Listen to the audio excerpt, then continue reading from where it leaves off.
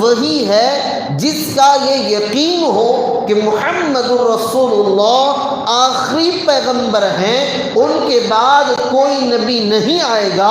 اگر کوئی آتا ہے تو وہ قرآن کے خلاف ہے، حدیث کے خلاف ہے، صحابہ کے خلاف ہے، تابعین کے خلاف ہے، فقہا کے خلاف ہے، اکابرین کے خلاف ہے، مفسرین کے خلاف ہے، محدثین کے خلاف ہے۔ اب بزرگان محترم، رسول اللہ صلی اللہ علیہ وسلم کی جو ہی آخری ایام شروع ہوئے، اللہ کے نبی صلی اللہ علیہ وسلم کی پیشن گوئی تھی کہ لا تقوم الساعہ حتی یبعثوا، میری امت پر قیامت اس وقت تک نہیں آئے گی جب تک کہ نہ اتار دیے جائیں، نہ بھیج دیے جائیں دجالون کذابون، 30 جھوٹے مکار دھوکے باز اپنے آپ کو نبوت کا، اپنے آپ کو نبی ہونے کا، اپنے رسول ہونے کا دعویٰ نہ کر دیں۔ کلہم انہ یزعم انہ نبی، کلہم یزعم انہ نبی، ان میں سے ہر ایک کا یہ گمان ہوگا کہ وہ نبی ہے۔ اور آخر میں فرمایا انا خاتم النبیین لا نبی بعدی، میں آخری پیغمبر ہوں، میرے بعد کوئی پیغمبر آنے والا نہیں ہے۔ اب بزرگان محترم، رسول اللہ صلی اللہ علیہ وسلم کی یہ پیشن گوئی اسی وقت شروع ہو گئی جس وقت رسول اللہ صلی اللہ علیہ وسلم بیمار تھے۔ اسود انسی ایک یمن کا باشندہ تھا، اس نے اپنی نبوت کا اعلان کر دیا کہ میں نبی ہوں، اور تھا یہ عیسائی، اس کا کام تھا کہانت کہنا، نجومی کا کام، ہاتھ دیکھ کر فال کھولنے کا کام، جس کا اسلام میں کوئی حصہ نہیں ہے، بلکہ کہا کہ جو آدمی نجومیوں کے پاس جا کر اپنی فال کھلاتا ہے وہ سراسر کفر کرتا ہے۔ نجومی کا کام ہوتا ہے وہ مستقبل کو بتانا، اور مسلمان کا عقیدہ یہ ہے کہ مستقبل سوائے اللہ کے کوئی نہیں جانتا، نہ رسول اللہ صلی اللہ علیہ وسلم جانتے ہیں، نہ کوئی فرشتہ جانتا ہے، نہ کوئی ولی جانتا ہے، نہ کوئی ابدال جانتا ہے، نہ کوئی غوث جانتا ہے۔ مستقبل کا علم صرف اللہ کو ہے۔ ہاں، نبی نے مستقبل کی باتیں صرف وہی بتائی ہیں جس کو اللہ نے چاہا یہ امت کو بتایا، ورنہ ہر چیز کا علم اللہ کے علاوہ کسی کو نہیں، نہ محمد رسول اللہ کو ہے، نہ دیگر انبیاء کو ہے۔ جب اللہ کے نبی کو نہیں تو پھر دیگر انبیاء کا سوال ہی پیدا نہیں ہوتا۔ تو بزرگان محترم، اللہ کے رسول صلی اللہ علیہ وسلم کے زمانے میں اسود انسی نام کا ایک کاہن آدمی عیسائی تھا، اس نے اپنے نبی ہونے کا اعلان کر دیا۔ اس کی وجہ تھی کہ اس کے اندر کہانت کی مہارت تھی، اور اس نے ایک گدھا پال رکھا تھا، اس گدھے کو اتنی اچھی تربیت کر رکھا تھا کہ اگر اسود انسی اسے کہتا کہ خدا کو سجدہ کر تو وہ گدھا سجدہ کرتا، وہ کہتا رکوع کر تو وہ رکوع کرتا، کھڑے ہونے کو کہتا تو کھڑا ہو جاتا، بیٹھنے کو کہتا تو بیٹھ جاتا۔ جب اللہ کسی کو ہدایت سے محروم کرنا چاہتے ہیں تو میرے بھائیوں عزیزوں، انسان سب کچھ دیکھنے کے باوجود بھی گمراہ ہو جاتا ہے۔ سامنے کی آنکھیں کھلی رہتی ہیں لیکن دل کا دروازہ اللہ بند کر دیتا ہے۔ جب اللہ دل کا دروازہ بند کر دے تو پھر کسی کی مجال نہیں کہ وہ دل کا تالا کھول کے ہدایت اس کے سینے میں داخل کر دے۔ ہدایت اللہ کا ہدایت دینا اللہ کا منصب ہے، وہی ہدایت دیتا ہے۔ نبی کی چاہت تھی چچا ایمان لائے، لیکن چچا ایمان نہیں لایا۔ نبی کی چاہت تھی بہت سارے لوگ ایمان لائے، لیکن ایمان نہیں لائے، حتیٰ کہ اللہ نے کہہ دیا انک لا تہدی من احببت، اے نبی آپ ہدایت جسے چاہے کر نہیں سکتے، ہدایت کی دولت ہم دیں گے۔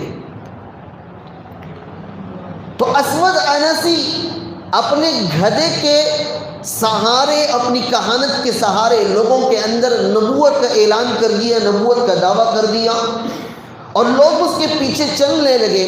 اور اس کی خبر جو رسول اللہ صلی اللہ علیہ وسلم کو ملی تو اللہ کے رسول صلی اللہ علیہ وسلم نے اہل نجران کے علاقے کے لوگوں کو، یمن کے علاقے کے لوگوں کو جو مسلمان تھے، اس سے قتال کرنے کا حکم دیا۔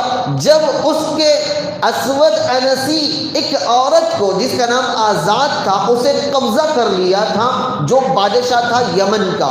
یمن کے بادشاہ کی بیوی تھی آزاد، بادشاہ کو شہر بدر کر کے اس کی بیوی آزاد کو زبردستی محکومہ بنا کر، باندی بنا کر اپنے پاس رکھ لیا۔ تو نفرت تھی آزاد کے دل میں اسود انسی کی، یہ موقع کی تلاش میں تھی کہ کسی بھی طریقے سے اسود انسی کا قتل کر دو۔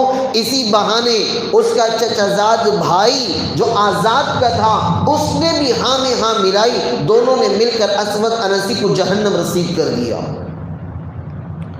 یہ پہلا نبوت کا دعویٰ کرنے والا تھا جس نے نبی اکرم صلی اللہ علیہ وسلم کی موجودگی میں نبوت کا اعلان کیا تھا۔ اس کا خاتمہ ہوا تو مسیلمہ کذاب، جو گزشتہ جمعہ اس کا واقعہ میں نے مختصراً بیان کر دیا تھا کہ اس نے اللہ کے رسول صلی اللہ علیہ وسلم کی خدمت میں آ کر کہا میں آپ کے ہاتھ پر ایمان لانے کو تیار ہوں، میں مسلمان بننے کو تیار ہوں، لیکن شرط یہ ہے کہ آپ اپنے بعد مجھے خلیفہ بنائیں گے، یعنی نبوت کا آدھا حصہ مجھے خلیفہ بنائیں گے، مسلمانوں کا بادشاہ بنائیں گے۔ اللہ کے رسول صلی اللہ علیہ وسلم کے خواب میں بتا دیا گیا تھا کہ خود اللہ کے نبی صلی اللہ علیہ وسلم کہتے ہیں، جناب ابو ہریرہ رضی اللہ عنہ روایت کرتے ہیں، ابو داؤد کی حدیث ہے، اللہ کے نبی صلی اللہ علیہ وسلم نے خواب میں دیکھا کہ 2 سونے کے کنگن ان کے ہاتھ میں ہیں، اور اللہ کے نبی صلی اللہ علیہ وسلم پریشان ہو گئے، نیند سے بیدار ہوئے تو وحی کے ذریعے بتایا گیا کہ یہ آپ کی امت کے 2 بڑے جھوٹے ہوں گے۔ اس وقت اللہ کے رسول صلی اللہ علیہ وسلم نے کہا کہ ایک اسود انسی ہے اور دوسرا مسیلمہ کذاب ہے۔ اور مسیلمہ کذاب نے جب اللہ کے رسول صلی اللہ علیہ وسلم کی خدمت میں آ کر کہا کہ میں ایمان قبول کرتا ہوں لیکن مجھے آپ کے بعد بادشاہ بنائیے یا پھر مجھے آپ کی حکومت میں حصہ دیجیے، اللہ کے رسول صلی اللہ علیہ وسلم کے ہاتھ میں ایک لکڑی تھی، اللہ کے نبی نے کہا کہ اگر تو یہ کہے میں ایمان لے آؤں گا یہ لکڑی مجھے دے دو تب بھی میں دینے کو تیار نہیں ہوں، کیونکہ تیرا مقصد کیا ہے؟ اللہ اس کے رسول کو راضی کرنا نہیں ہے بلکہ تیرا مقصد تو حکومت کرنا ہے، اور تو جب چاہے بدل سکتا ہے۔ گویا ایک جاہل آدمی کے ہاتھ میں ذمہ داری سونپنا ایسا ہے پوری قوم کو تباہ کرنا۔ چنانچہ میرے بھائی وہی اللہ کے رسول صلی اللہ علیہ وسلم نے جب فرمایا کہ یہ لکڑی بھی اگر تو مانگے گا تو میں دینے کو تیار نہیں، چاہے تو ایمان نہ قبول کرے۔ اس بات پر ناراض ہو کر وہ چلا گیا یمامہ، یہ یمامہ کے علاقے کا رہنے والا تھا، وہاں جا کر اس نے اعلان کر دیا میں بھی نبی ہوں، اور اس نے ایک نئی شریعت کا اعلان کر دیا جس میں زنا حلال تھا، شراب حلال تھا، عشاء اور فجر کی نماز نہیں تھی، صرف ظہر اثر مغرب پڑھنا تھا۔ اس نے ایک نیا مذہب ایجاد کر دیا۔ اسی لیے کہا گیا کہ جس آدمی کا عقیدہ نبوت کمزور ہے اس کا اسلام بھی کمزور ہے، اس کا ایمان بھی کمزور ہے، اس کی توحید بھی کمزور ہے، اس کا دین کا ہر عمل کمزور ہے بلکہ نامکمل ہے۔ بلکہ اگر کوئی آدمی دوسرے کو نبی تسلیم کرتا ہے وہ اسلام سے خارج ہے، وہ مرتد ہے، وہ کافر ہے، اسلامی حکومت میں اس کا قتل کرنا واجب ہے۔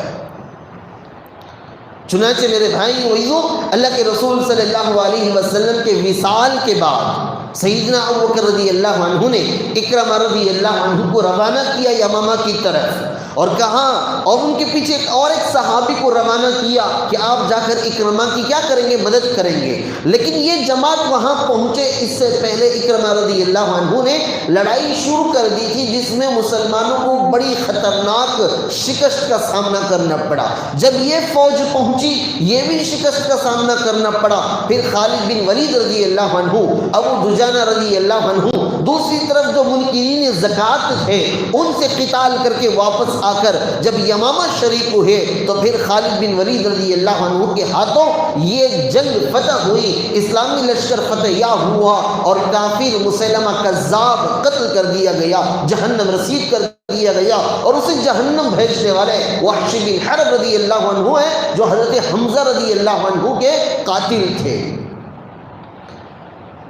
تو میرے بھائیوں یہ مسیلمہ کذاب ہی کے زمانے میں شجاع نامی ایک عیسائی عورت تھی، اس نے بھی اعلان کر دیا تھا کہ میں بھی نبی ہوں۔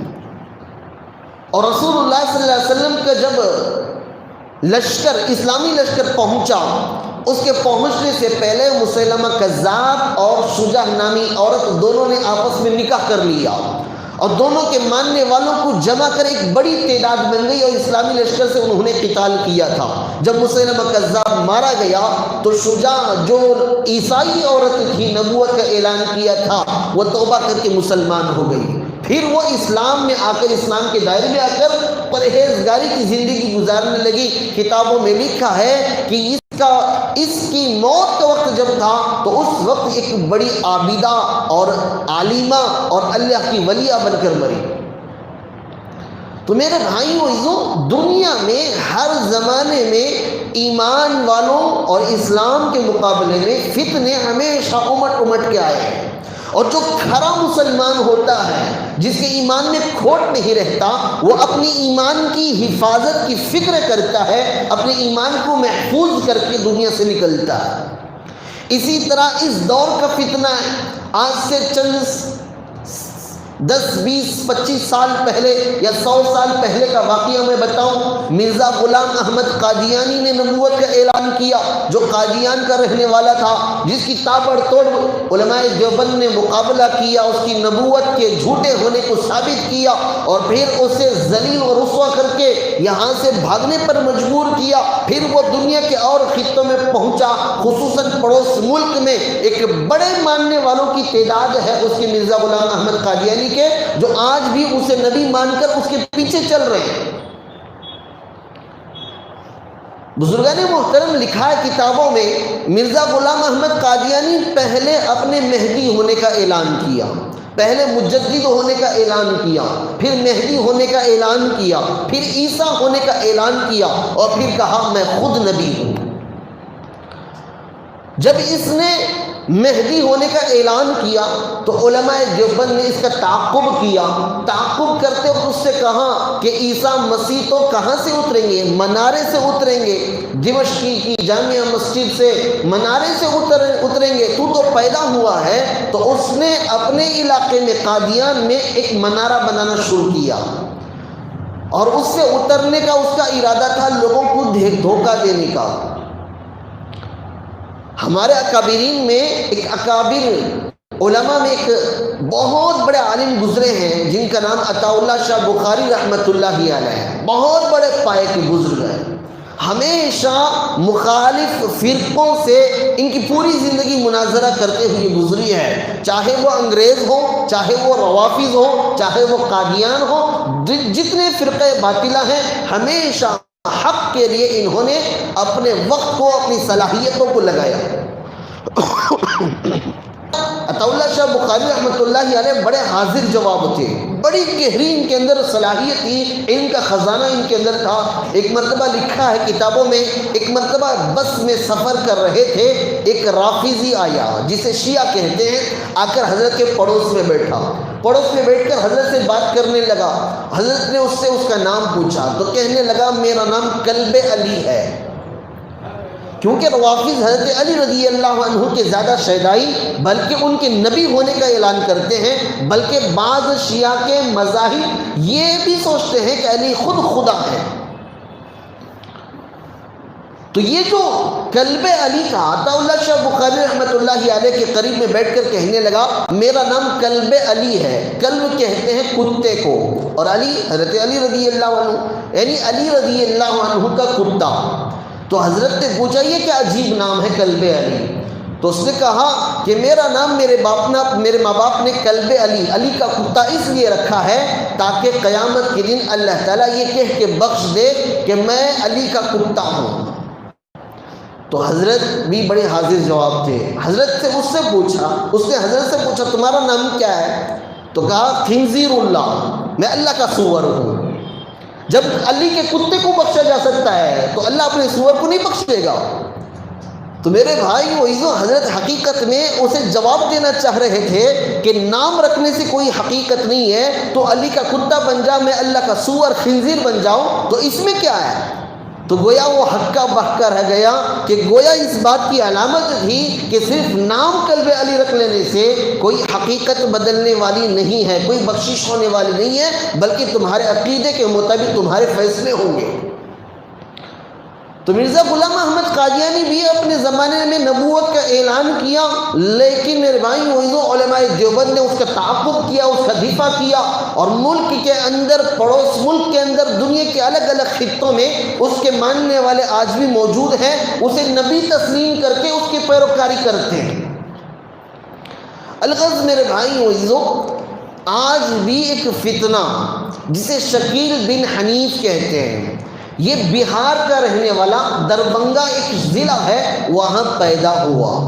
اس نے اپنی نبوت کا اعلان کر لیا ہے۔ اعلان تو اسے 20 سال پہلے کر دیا تھا کہ میں نبی ہوں، میں مہدی ہوں، میں عیسیٰ ہوں، لیکن میرے بھائی اب اس کے ماننے والے چیلے چپاٹے بڑے عروج پر ہیں۔ جگہ جگہ کالجز میں، یونیورسٹی میں، اور جن کے اندر دین کا جذبہ ہے، ان لوگوں کو پکڑ کر بڑے آہستہ سے، میٹھی میٹھی باتوں سے اپنے چنگل میں پھنسا کر ان لوگوں کے ایمان کو لوٹ رہے ہیں۔ آج مسلمان اتنا بے فکر ہے کہ دکان کا نقصان ہو تو خبردار ہو جاتا ہے، ہوشیار ہو جاتا ہے، لیکن ایمان پر ڈاکہ پڑے اسے کوئی فرق نہیں پڑتا، اس کے سر پر جو تک نہیں رینگتی۔ حالانکہ یہ چاہیے تھا کہ دکان کا نقصان ہو، مال کا نقصان ہو، جان کا نقصان ہو، سب کی کوئی حیثیت نہیں ہے، یہ احساس پیدا ہو جائے کہ ایمان کا اگر نقصان ہو جائے تو بڑا نقصان ہے۔ اس کی وجہ کیا ہے؟ یہ شکیل بن حنیف کے سلسلے میں مکمل میں بات اب بعد میں کروں گا۔ سب سے پہلے ہم یہ سمجھ لیں کہ ہمارے اندر یہ کمی کیوں پیدا ہوئی، جگہ جگہ ہمارے ایمان کو لوٹا کیوں جا رہا ہے، آسانی کے ساتھ ہم مسلمان شکار کیوں ہو رہے ہیں۔ اس کی وجہ یہ ہے کہ ہمارے اندر، مسلمانوں کے اندر ایمانی مذاکرے ختم ہو گئے۔ جگہ جگہ گھر میں، دکانوں میں، کاروبار میں، بزنس میں، مسجدوں میں اور مدرسوں میں، جس علاقے میں بھی جاؤ صرف دنیا کی تذکرے ہیں، دینی معاشرہ، عقائد کے بارے میں تذکرہ ہم نے کرنا چھوڑ دیا۔ ہماری مجلسیں دنیا داری سے بھری پڑی ہیں، دیندار کی باتیں چلتے ہی نہیں۔ کھانے بیٹھو، بچوں کے ساتھ بھی بزنس کی بات، بیوی کے پاس بیٹھو تجارت کی بات، اپنے ماں باپ کے پاس بیٹھو تجارت کی بات، دوست و احباب کے پاس بیٹھو تجارت کی بات، پیسوں کی بات، حتیٰ کہ ہر مجلس ہماری صرف دنیا بکتے بکتے گزر رہی ہے۔ عقائد کمزور ہو گئے، ہر ایرا غیرہ نتو خیرہ ایمان لوٹ کے چلا جاتا ہے، مسلمان کو احساس تک نہیں ہوتا۔ بزرگان محترم، جب تک ہمارے معاشرے میں ایمان و عقائد کے تذکرے نہ ہوں، ہمارے گھر میں بیٹھے بچوں کے ساتھ ایمانی مذاکرے ہوں، کھانے بیٹھے ہوں، مجلس میں بیٹھے ہوں، دوست و احباب کے ساتھ بیٹھے ہوں، جب بھی بیٹھے عقائد کا مذاکرہ ہو، اے میرے بچے بتا اللہ کے بارے میں ایک مسلمان کا کیا عقیدہ ہونا چاہیے، اللہ کے رسول کے بارے میں کیا عقیدہ ہونا چاہیے، اس طرح کے مذاکرے نہیں ہوں گے، خدا کی قسم ہر آدمی آئے گا ایمان لوٹ کے چلا جائے گا۔ صحابہ کہتے تھے اجلس بنا ساعۃ نؤمن، اے لوگوں تھوڑی دیر بیٹھو ایمانی مذاکرہ کریں۔ دکان پر بیٹھے ہیں لیکن مذاکرہ ایمان کا، مسجد میں بیٹھے ایمانی مذاکرہ، گھر کے ماحول میں بیٹھے ایمانی مذاکرہ، عقائد کا مذاکرہ، ایمان کا مذاکرہ، یقین کا مذاکرہ ہوتا۔ ہر ایرا غیرہ نہیں بلکہ بڑے بڑے باطل کے پہاڑ آ کر صحابہ کے ایمان سے ٹکراتے، خود چکنا چور ہو کے نکل جاتے، صحابہ کا ایمان ڈگمگاتا نہیں تھا۔ اس کی وجہ یہ تھی کہ ان کی مجلسوں میں عقائد، یقین، ایمان کے مذاکرے ہوتے تھے۔ آج ہمارے اندر سے یہ سلسلہ ختم ہوتا جا رہا ہے۔ پیسوں کے بارے میں، تجارت کے بارے میں، روپیہ بینک بیلنس کے بارے میں مذاکرہ ہوتا ہے تو ایمان محفوظ نہیں ہے، لیکن پیسے محفوظ ہیں، بینک بیلنس محفوظ ہے، اکاؤنٹ محفوظ ہے، کتنی سیکیورٹی لگائی جاتی ہے۔ ایمان کی حفاظت کے لیے کوئی سیکیورٹی نہیں ہے، نہ مذاکرے ہیں، نہ عقائد کے بارے میں۔ بچوں کے ساتھ بیٹھو کھانے میں تو کھانا کھاتے کھاتے اپنے بچوں سے پوچھو، بیٹا ہم مسلمان ہیں، اللہ کے بارے میں کیا عقیدہ رکھنا چاہیے۔ آپ کا بیٹا چھوٹا سا 5 سالہ 10 سالہ جو بیٹا ہے، اس کے دماغ میں بیٹھے گا کہ ہم مسلمان ہیں، اللہ ایک مانتے ہیں، محمد الرسول اللہ کو رسول مانتے ہیں، وہ آخری نبی ہیں، اس کے بعد کوئی پیغمبر آنے والا نہیں ہے۔ پھر باطل 1000 لاکھ کوشش کر لے، ایمان ڈگمگائے گا نہیں، ہمارے بچوں کا ایمان محفوظ رہے گا۔ لیکن ہم نے مذاکرہ کرنا چھوڑ دیا، ہم نے عقائد کے بارے میں بات کرنا چھوڑ دیا، یقین کے بارے میں بات کرنا چھوڑ دیا، ایمان کے بارے میں بات کرنا چھوڑ دیا۔ تذکرے ہوتے ہیں تو بینک بیلنس کے، پیسوں کے، تو پیسے محفوظ ہیں لیکن عقائد محفوظ نہیں ہے۔ ہر ایرا غیرہ نہ تو خیر آ کر ایمان لوٹ کے چلا جاتا ہے، مسلمان کو احساس تک نہیں ہوتا۔ بزرگان محترم، شکیل بن حنیف یہ دربھنگہ علاقے میں پیدا ہوا، بہار کا ایک ضلع ہے، اور اس نے شروعات میں انجینئرنگ کی تھی، کچھ پڑھائی کی تھی، لیکن جاب نہ ملنے کی وجہ سے بڑا پریشان تھا۔ چھوٹے سا کاروبار شروع کیا، کاروبار اچھا چلنے لگا، تبلیغ والے پکڑ کے لے گئے جماعت میں کچھ سیکھا، اور پھر علم کے اندر شوق پیدا ہوا، معلومات حاصل کرنے کا شوق پیدا ہوا، پھر کتابیں پڑھنا شروع کر دیا۔ پھر کیا ہوا، جیسی جیسی معلومات آنے لگی اور خود اس کے اندر یہ احساس پیدا ہونے لگا کہ میں خود نبی ہوں، میں خود مہدی ہوں، میں عیسیٰ ہوں۔ اب بزرگان محترم، شکیل بن حنیف نہ مہدی ہے نہ عیسیٰ ہے۔ ایک بات یاد رکھیں، آج تک دنیا میں جتنے پیغمبر آئے ہیں ان پیغمبروں کا سلسلہ اب ختم ہو چکا ہے، کوئی پیغمبر نہیں آئے گا۔ آنے والے دو اشخاص ہیں، ایک شخص مہدی ہیں، دوسرے عیسیٰ ہیں۔ اور حدیث پاک میں ہم نے وضاحت کے ساتھ ہمیں بتا دیا گیا کہ عیسیٰ کیسے آئیں گے، مہدی کیسے آئیں گے۔ مہدی کا ظہور ہوگا، عیسیٰ کا نزول ہوگا۔ عیسیٰ کا نزول مطلب عیسیٰ اتارے جائیں گے، اور مہدی کا ظہور ہوگا، یعنی وہ مہدی ہیں، اس کی معلومات حاصل ہوگی۔ شکیل بن حنیف اس کے جتنی دعوے دار ہیں، یہ جتنے دعوے کرتا ہے، یہ سارے کے سارے احادیث کے خلاف ہیں۔ صحیح حدیثوں میں جتنی باتیں آئی ہیں ان ساری باتوں کے خلاف اس کی باتیں ہیں۔ اللہ کے رسول صلی اللہ علیہ وسلم نے فرمایا کہ حضرت مہدی وہ جو پیدا ہوں گے وہ رسول اللہ صلی اللہ علیہ وسلم کے خاندان سے، حضرت فاطمہ رضی اللہ عنہا کی اولاد سے ہوں۔ یہ شکیل بن حنیف جو پیدا ہوا ہے، اب یہ پیدا ہوا ہے دربھنگہ بہار کے علاقے میں، اور اللہ کے نبی صلی اللہ علیہ وسلم نے فرمایا مہدی پیدا ہوں گے مدینے میں۔ مدینہ کہاں ہے، دربھنگہ شہر کہاں ہے؟ اب میرے بھائیو، اس کا پہلا جھوٹ ہے، حدیث پاک میں صاف الفاظ میں ہے مہدی مدینے میں پیدا ہوں گے، اور یہ پیدا ہوا ہے ہندوستان کے ایک ضلع میں جس کا نام دربھنگہ ہے۔ اب اس کے بعد فرمایا اللہ کے رسول صلی اللہ علیہ وسلم نے مہدی کے والد کا نام ہوگا عبداللہ، اور والدہ کا نام ہوگا آمینہ، اور شکیل بن حنیف کے باپ کا نام ہے حنیف، اور ماں کا نام ہے سنوبر بیگم۔ اب میرے بھائی وہ یوں حضرت رسول اللہ صلی اللہ علیہ وسلم نے فرمایا کہ جو مہدی ہوں گے ان کا حقیقی نام محمد ہوگا، اور شکیل بن حنیف کا نام کیا ہے؟ شکیل ہے۔ اور اللہ کے رسول صلی اللہ علیہ وسلم نے فرمایا مہدی اپنے آپ کو اس وقت تک بیان نہیں کریں گے، بلکہ لوگ ان کے مہدی ہونے کو کہیں گے کہ آپ مہدی ہیں۔ مہدی خود سے دعویٰ نہیں کریں گے کہ میں مہدی ہوں، بلکہ ملک شام اور پوری دنیا بھر کے اولیاء ابدال مل کر ایک خلیفے کے انتقال کے بعد ایک بادشاہ کی ضرورت ہوگی، ایک خلیفے کی ضرورت ہوگی، اس وقت ان کی تلاش میں نکلیں گے۔ پھر ان ساری علامات کو دیکھ کر حضرت مہدی علیہ السلام کو مہدی ہونے کا بات بتائیں گے، تو پھر وہ تسلیم نہیں کریں گے بلکہ مدینے سے نکل کر مکہ آ جائیں گے۔ اب میرے بھائی وعزو، یہ شکیل بن حنیف خود مہدی ہونے کا دعویٰ کرتے پھر رہا ہے کہ میں مہدی ہوں، میں مہدی ہوں۔ دیکھو جتنی احادیث میں آئی ہیں وہ ساری کی ساری باتیں آج ہمیں اللہ کے نبی صلی اللہ علیہ وسلم نے 1500 سال پہلے بیان کیا، لیکن ان تمام احادیث کی کارآمد، ان تمام احادیث سے فائدہ آج ہمیں ہو رہا ہے۔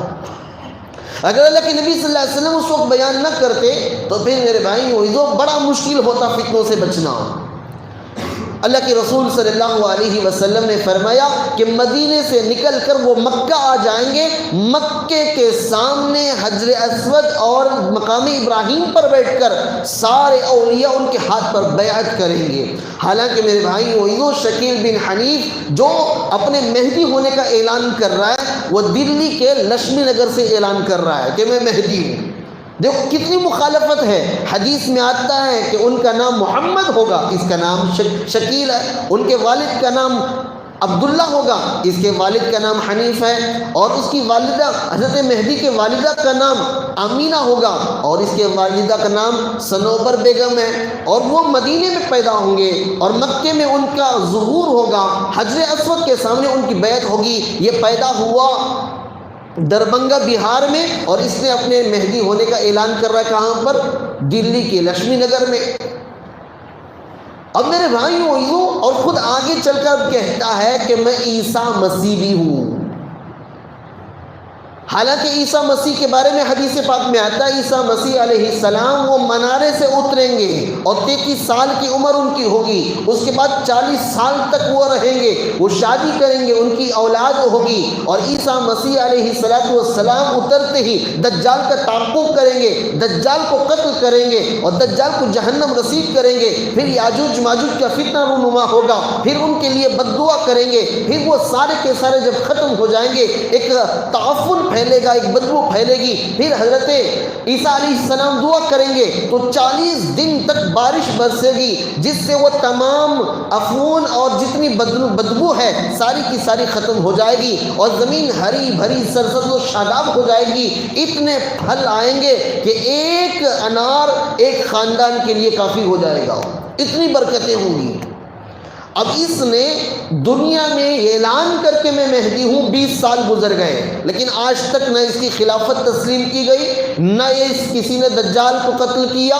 بلکہ یہ کہتا ہے ہم نے جب علماء نے جب ان سے کہا کہ دجال جب تم عیسیٰ ہو تو دجال کہاں ہے بتاؤ، تو اس نے کہا کہ امریکہ اور فرانس. امریکہ کے آخر میں کا ہے اور فرانس کے شروع میں پھر ہے کافر. یہ دونوں کو ملا کر یہی کافر ہے. حالانکہ اللہ کے رسول صلی اللہ علیہ وسلم نے فرمایا دجال انسان ہوگا، اس کی پیشانی پر کیا ہوگا؟ کفر لکھا ہوا ہوگا، اور اس کی آنکھ ایک سپاٹ ہوگی. تو کہتا ہے یہ جو سیٹلائٹ ہے یہی اس کی آنکھ کا اشارہ ہے. اب میرے بھائیوں شکیل بن حنیف کے شکار بننے والے کون ہیں؟ وہ مسلمان جن کے اندر دین سیکھنے کا شوق ہے لیکن دین سیکھنے کے لیے شرماتے ہیں. تبلیغ میں جا کو آئے 40 دن، دین دل کے اندر پیدا ہو گیا کہ دین سیکھنا چاہیے، لیکن سیکھنے کے لیے موقع نہیں مل پا رہا. تو ان لوگوں کو وہ شکار کرتے ہیں کہ بھئی تمہارے دیکھو حقیقی علم تمہیں ہمیں بتائیں گے، دھیرے دھیرے اپنے باتوں سے بتائیں گے کہ دین کی باتیں بتاتے بتاتے بتاتے وہ تمام باتیں اسے بتا دیں گے جس سے اس کا ایمان خارج ہو جائے گا. پھر جب پوری بات ہو جائے گی آخر میں لے جا کر ملائیں گے کس سے؟ شکیل بن حنیف سے. اب میرے بھائیوں ہمارے ایمانی لٹیرے یہ ایسا نہ سمجھو کہ حضرت کہاں کی ایران توران کی بات کر رہی نہیں، بلکہ ہمارے صوبے میں ہمارے ضلع میں یہ کام شروع ہو چکا ہے ان لوگوں کا.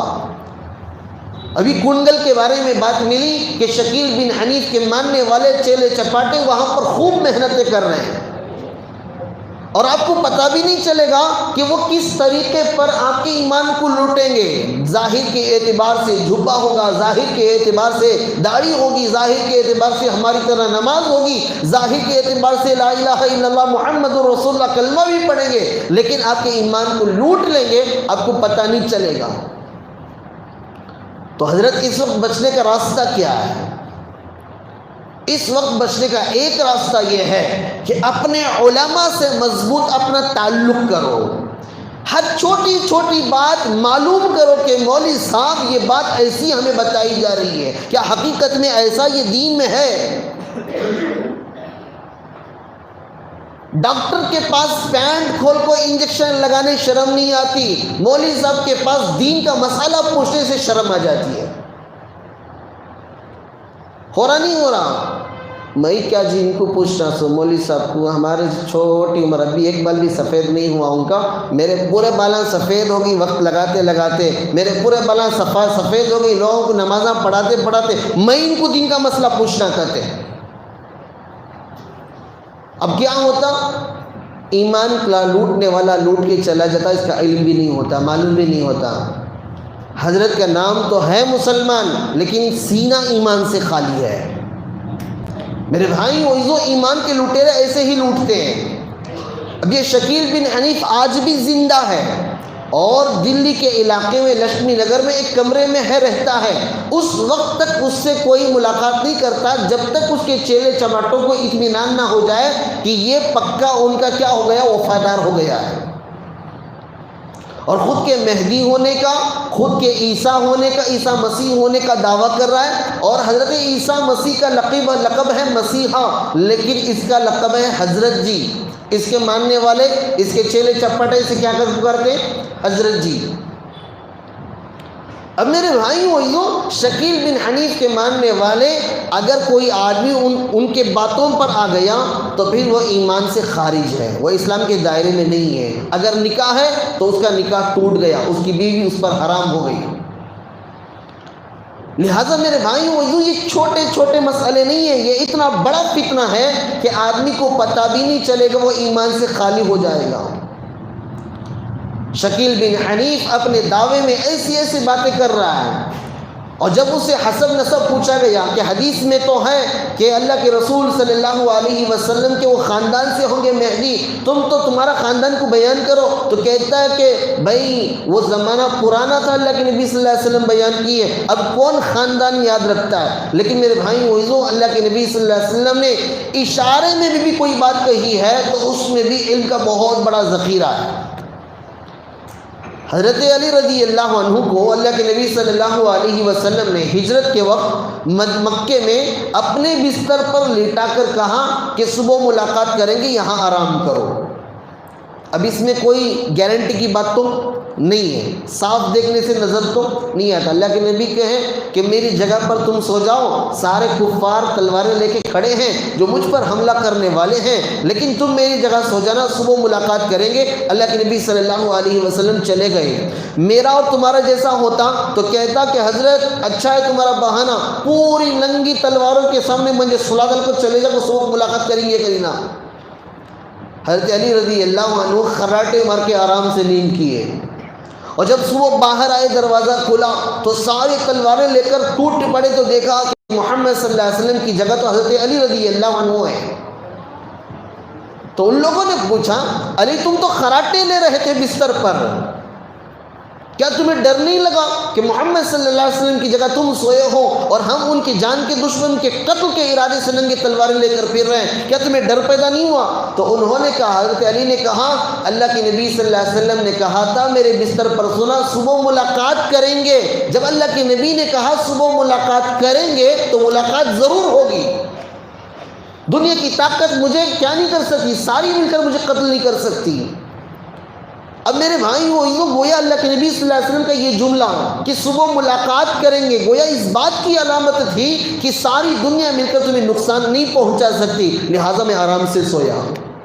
اللہ کے نبی صلی اللہ علیہ وسلم نے جب مہدی کے خاندان کو بیان کیا ہے کہ وہ سادات میں سے ہوں گے اور ان کے والد کا نام عبداللہ ہوگا, ان کا نام محمد ہوگا, تو یقیناً میرے بھائی اللہ کے نبی صلی اللہ علیہ وسلم نے جان بوجھ کے ہی کہا ہے, اور یہ وہ وہی آدمی ہوگا جس کا خاندان محفوظ ہوگا, جس کا نسب نامہ محفوظ ہوگا.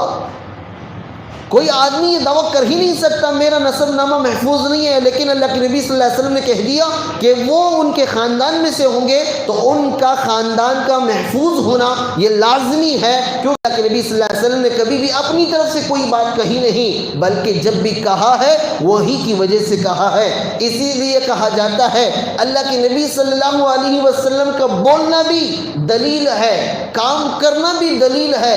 اگر اللہ کے نبی صلی اللہ علیہ وسلم کسی کام کو ہوتا ہوا دیکھ کر خاموش بیٹھے رہے یہ بھی دلیل ہے, کیونکہ نبی خاموش بیٹھے گا ہی نہیں اگر کوئی غلط کام ہوگا. نبی اگر کسی کام کو دیکھ کر خاموش ہے تو گویا اس بات کی علامت ہے کہ وہ کام صحیح ہے, جسے قول نبی اور فعل نبی اور تقریر نبی کہتے ہیں عربی میں.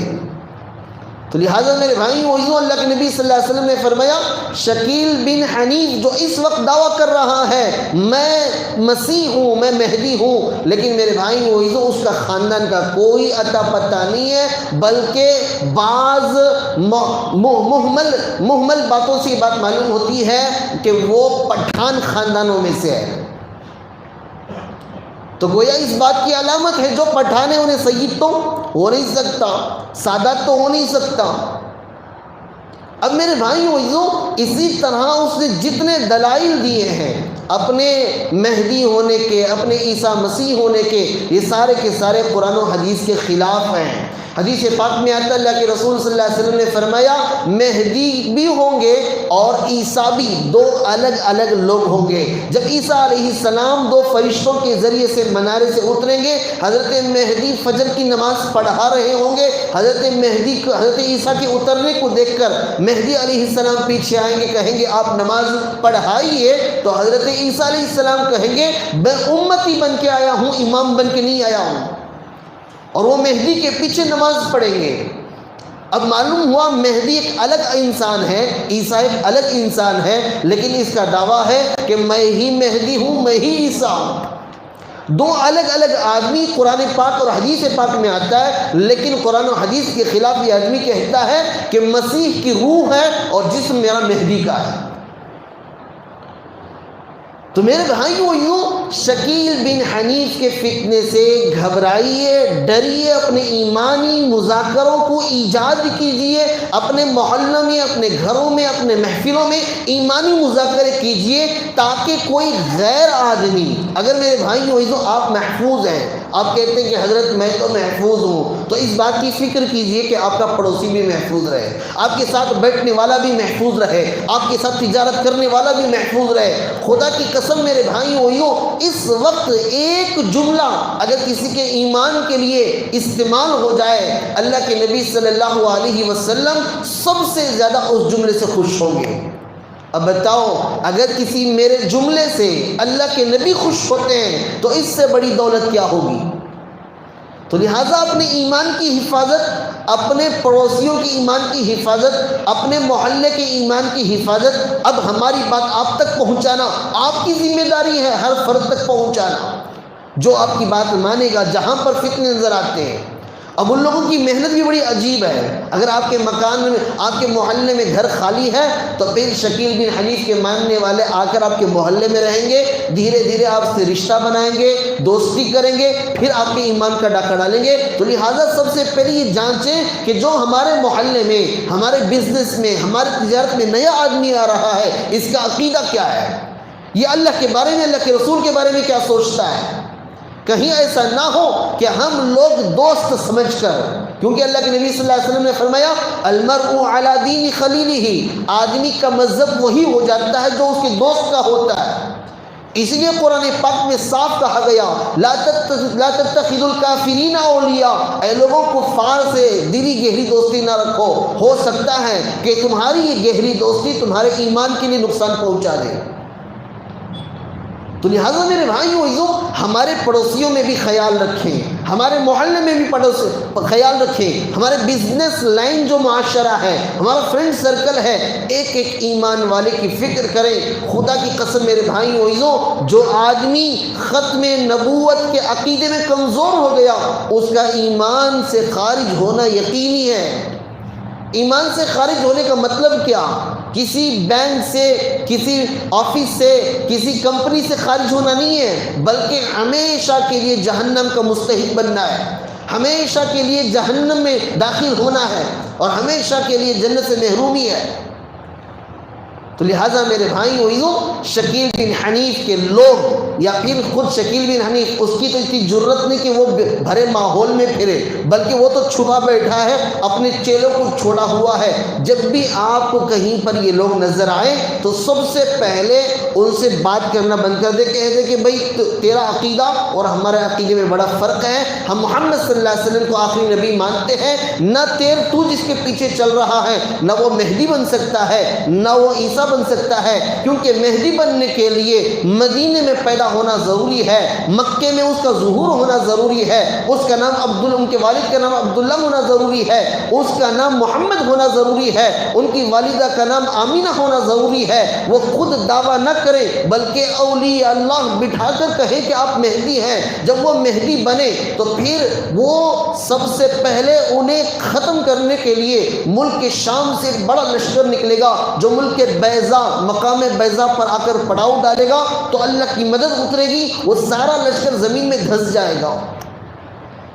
اگر میرے بھائیوں شکیل بن حنیف مہدی ہوتا تو اس کی مخالفت میں شام سے ایک لشکر نکل چکا ہوتا اور پھر مقام بیضا پر جا کر وہ پہنچ چکا ہوتا، وہ زمین میں دھس چکا ہوتا، لیکن 20 سال ہو گئے، 20 سال سے وہ ہندوستان میں پنپ رہا ہے، اس کے چیلے پنپ رہے ہیں، لیکن ملک کو فتح کرنا کیا بلکہ ایک گلی کو بھی فتح نہیں کر سکا، ایک گلی کا مالک بھی نہیں بن سکا۔ حضرت مہدی جب آئیں گے تو مہدی علیہ السلام کی خلافت ساری دنیا تسلیم کرے گی۔ یہ ساری علم کی گہرائیاں ہیں، ان تمام چیزوں کی معلومات ہونا ضروری ہے۔ آپ بس اتنا سمجھیں شکیل بن حنیف کافر ہے اور مضل ہے، ضال ہے اور دجال ہے، کذاب ہے، جھوٹا ہے، یہ نبی نہیں ہو سکتا، یہ مہدی نہیں ہو سکتا، یہ عیسیٰ نہیں ہو سکتا، اور جو آدمی اس کے پیچھے چلے گا وہ بھی کذاب بنے گا، وہ بھی دجال بنے گا، وہ بھی ضال بنے گا، وہ بھی مضل بنے گا، وہ بھی جاہل بنے گا، اسلام کے دائرے سے نکل جائے گا۔ اسلام کے دائرے سے جیسے نکلا اس کی بیوی اس پر حرام ہو جائے گی۔ اب میرے بھائیوں اس طرح کے فتنے پنپ رہے ہیں اور دھیرے دھیرے بڑی مسلمانوں کی تعداد اس کا شکار ہوتی جا رہی ہے، اور بھولے بھالے مسلمان نہیں، پڑھے لکھا طبقہ جن کے اندر دین کا شعور ہے، ایسے لوگوں کو شکار کر رہے ہیں۔ بڑا افسوس سے کہنا پڑتا ہے کہ جب مسلمانوں کو معلوم ہے آخری نبی محمد صلی اللہ علیہ وسلم ہے تو پھر بھی شکیل بن حنیف کے پیچھے چلنے والوں کی تعداد اتنی زیادہ کیوں ہے؟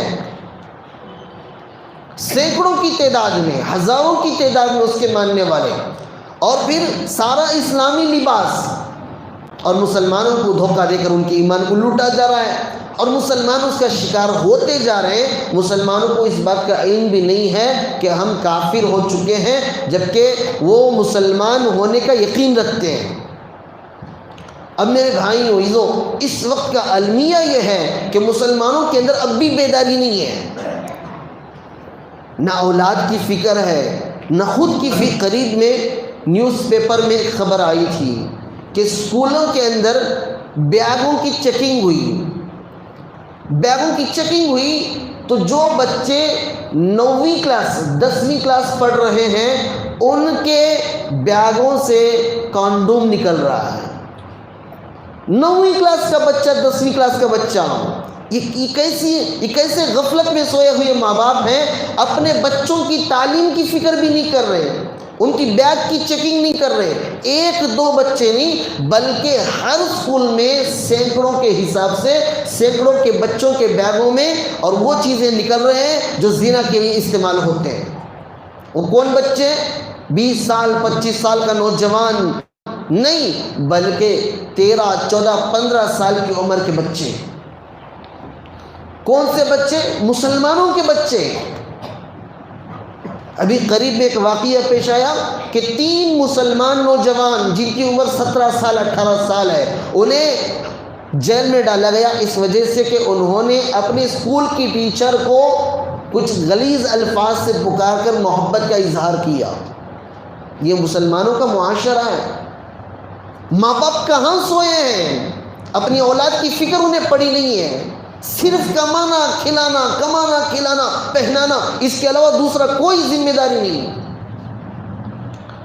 نہ اخلاق میں مسلمان اچھے ہیں، نہ مالی اعتبار سے اچھے ہیں، نہ ایمانی اعتبار سے اچھے ہیں، نہ اوصافی اعتبار سے اچھے ہیں۔ یاد رکھو میرے بھائیوں، اللہ تعالیٰ مدد 2 طرح کے لوگوں کی کرتا ہے، ایک جن کے پاس ایمان مضبوط ہو، اور دوسرا ان لوگوں کو جن کے پاس اسباب مضبوط ہو۔ نہ تمہارے پاس ایمان مضبوط ہے نہ اسباب مضبوط ہیں۔ ایمان والے ہیں، اسباب نہیں ہے، اللہ مدد کر دے گا۔ ایمان نہیں ہے، اسباب ہے، تب بھی اللہ مدد کر دے گا۔ لیکن نہ ایمان ہو نہ اسباب ہو تو پھر اللہ کی مدد کیسے اترے گی؟ اخلاقی اعتبار سے گرے ہوئے مسلمان، اعمالی اعتبار سے گرے ہوئے مسلمان، ایمانی اعتبار سے گرے ہوئے مسلمان، اور پھر اس میں ڈاکہ ڈالنے والوں کی تعداد زیادہ۔ کوئی قادیانی آ کے حملہ کرتا ہے، کوئی جماعت مسلمین آ کے حملہ کرتی ہے، کوئی الگ جماعت آ کے حملہ کرتی ہے، کبھی اس جماعت میں، کبھی اس جماعت میں، کبھی اس جماعت میں، کبھی اس جماعت میں۔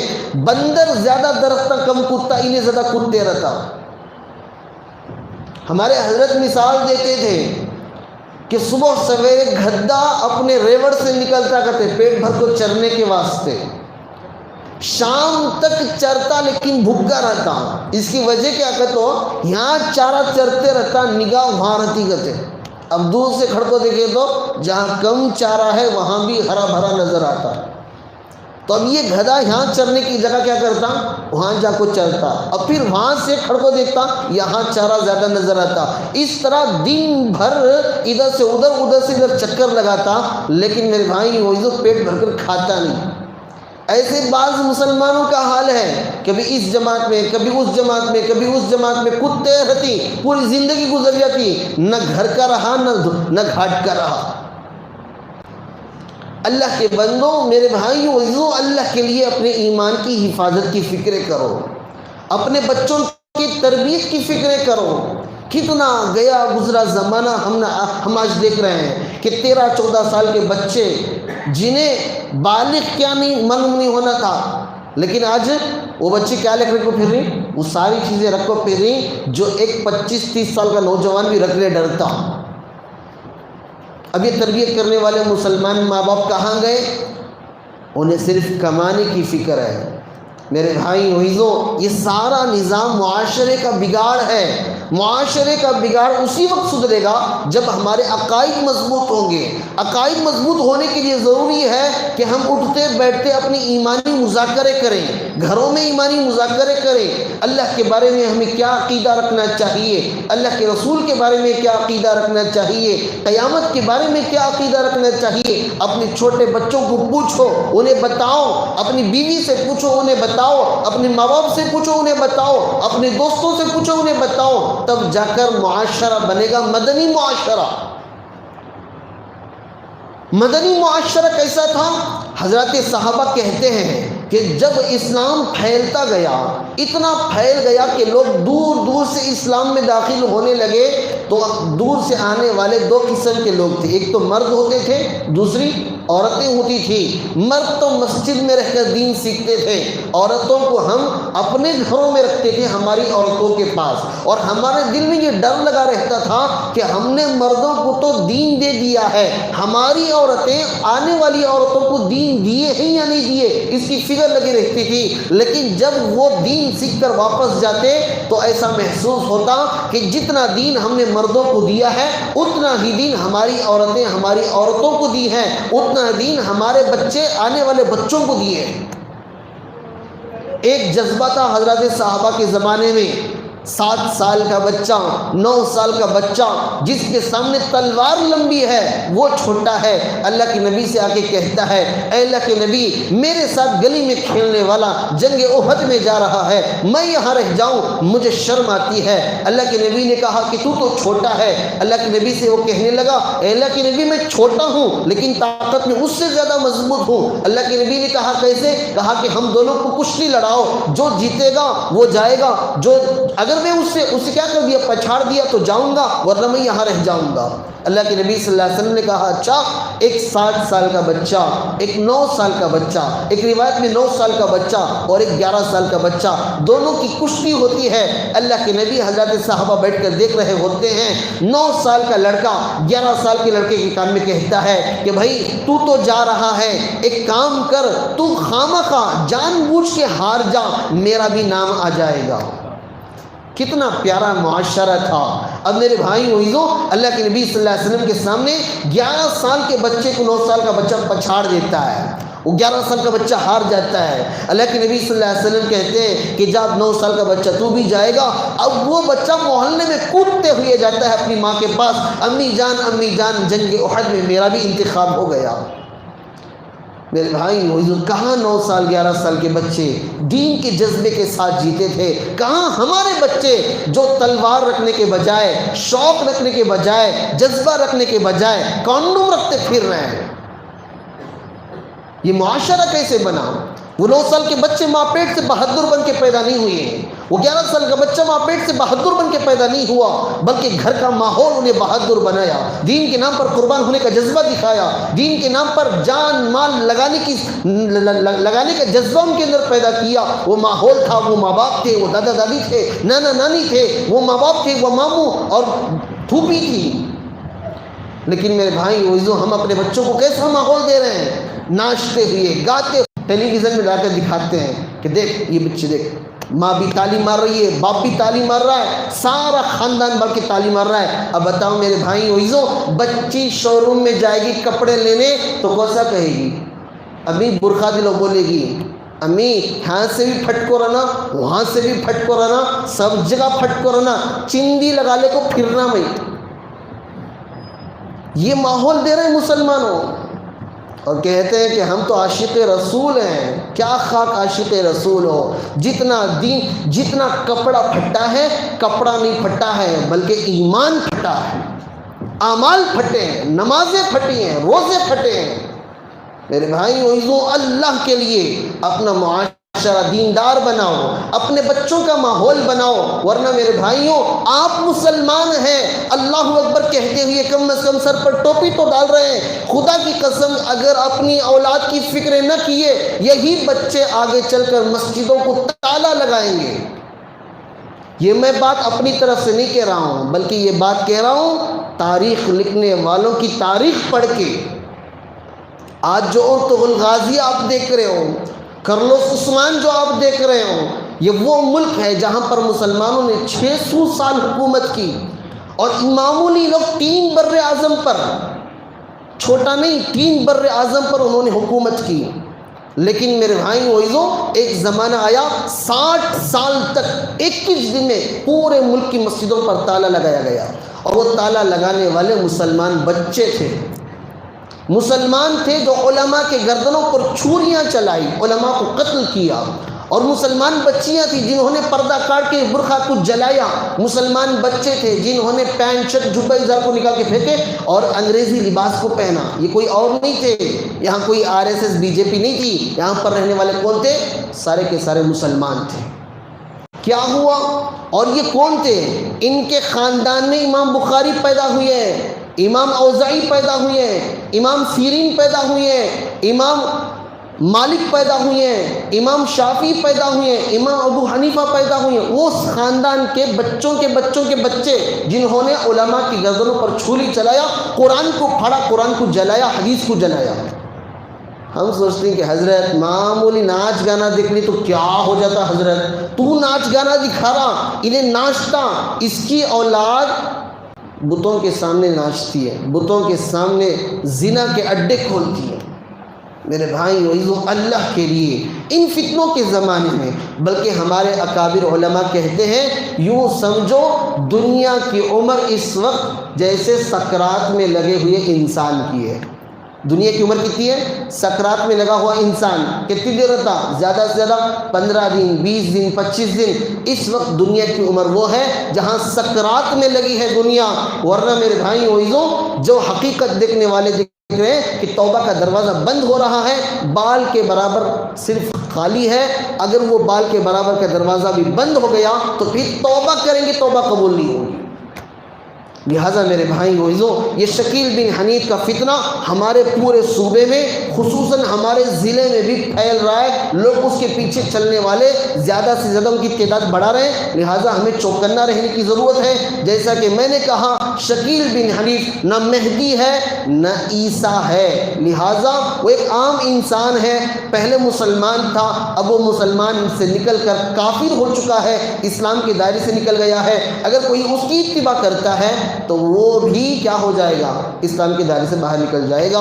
اللہ تعالیٰ سے دعا کریں، اللہ تبارک و تعالیٰ ہم سب کو صحیح معنوں میں آخرت کی فکر کی توفیق عطا فرمائے، اپنے ایمان کی حفاظت کی توفیق عطا فرمائے۔